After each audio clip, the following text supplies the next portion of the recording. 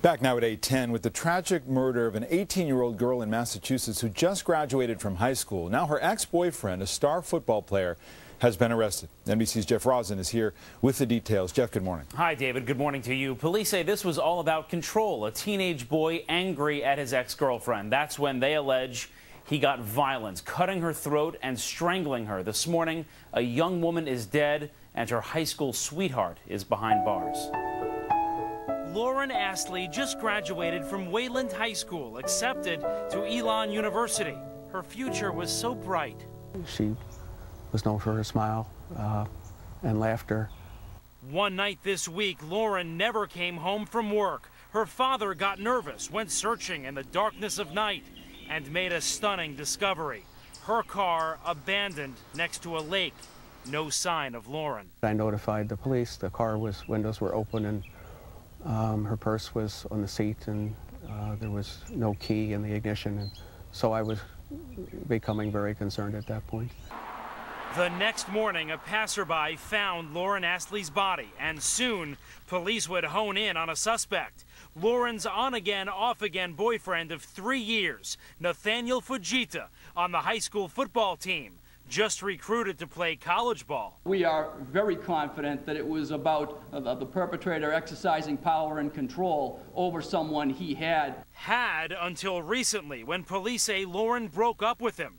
Calling it a case of teen dating violence, investigators say Lauren's neck was slashed and she'd been strangled with a bungee cord. Do you know what happened to Lauren? Investigators say they found evidence inside Fujita's house. Blood on the floor of his garage near bungee cords. Bloody clothes and sneakers stuffed in a crawl space, along with dirt matching the marshy area where Lauren's body was discovered. In court, Nathaniel Fujita. He pled not guilty as prosecutors laid out the crime. A very strong case of premeditated murder and potentially extreme atrocity and cruelty. At one point, Lauren and her accused killer were so close. Wasn't in your life, do you think you still would have? She interviewed his father for a school project posted on YouTube. Music that I love. A life so full of promise, cut so short, while another may be falling apart. Yes, my daughter is gone, but for Nate's family, there is tremendous loss too, and I miss her just so dearly, and it's going to go on for a long time. Fujita is in jail this morning, held without bail. Police still don't have a motive here, saying they don't know what made him snap. We reached out to Fujita's lawyer, by the way, who declined to comment out of respect for Lauren's family. David. Jeff Rosen, thank you very much. Dr. Janet Taylor is a psychiatrist and Pat Brown is a criminal profiler. Good morning to both of you. Good morning. Good morning. Pat, let me start with you. What do we know at this point about Nathaniel Fujita? Interestingly, David, we don't know hardly anything. We haven't heard anybody speaking about him or about his relationship with Lauren. But I do believe the police are correct. It's about power and control. It's not so much as a dating violence, it's a relationship violence. And if this had been a couple that was a little bit older, we might have seen this happen in a family where a woman is divorcing her husband and she ends up murdered. Well, what's the dynamic there? What's that control dynamic that is somehow unique? Well, what we're talking about is a personality disorder. Somebody who it's a level of psychopathy, maybe borderline personality disorder, where you have to have everything. Everything is about you and not about the other person. It's a real ego problem. And so when somebody turns you down, walks away, and you're not ready for that, you cannot take that hit to your ego.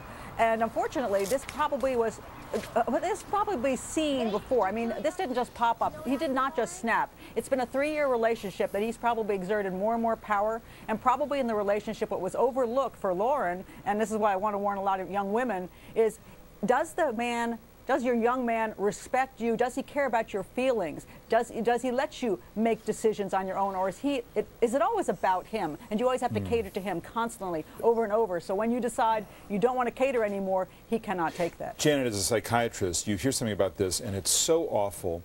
And a part of what makes it awful is that we're talking about teenagers, new at love, immature in a lot of ways. When does it cross over that to become what Pat is describing. Well, the real issue we're talking about here is violence, and we all have the potential to commit a violent act, but you have to look at underlying psychological factors. Was he depressed? Had he had a previous history or thought about suicide? Personality factors, I agree. With the control, impulsiveness, this is still a teenager. Teenage brains are impulsive and don't have enough emotional and behavioral control until sometimes the age of 25. And also social, situational factors. If they had broken up, if she had left him, then it just could have been just a rage, and he just snapped. You know, you'll hear in this case, which happens to be true, no criminal record on the by Fujita, you know, star athlete, and all the rest, which leads you to that question: where is this coming from? Well, 16% of teen murders have no motive at all, but most likely it is the fact that maybe she had broken up with him, and in a fit of rage or passion, he just completely lost control. On the positive side, he's alive, he will be interviewed, they can do an in-depth psychological profile and get some insight into what happens and what makes a promising young man take the tragic life of someone. Pat, the obvious question, though, now is what we can glean from the kind of case they actually have against him, what the prosecutor has against him. Right. Well, I think I want to point out something really important here, that, again, he did not snap. This is something that's in his personality and has been there all along. What he actually did was lure Lauren to his home to commit, well, he didn't necessarily plan he was going to kill her, but he was going to win. And women, when they break up with somebody, young women, pay attention to this. If you've broken up with somebody and they tell you they just want to have that one last conversation, they just need closure, what they're depending on is that you are a really nice person and you feel like a rat if you don't show up, at least talk to the poor guy. So you go to him to an isolated location, and if you've had a problem in your relationship with power and control, don't make that last visit with him in a non-public place. Pay attention to those signs. All Absolutely. right. Dr. Janet Taylor, thank you very much. Pat Brown, thank you. Thank both of you. And coming up next,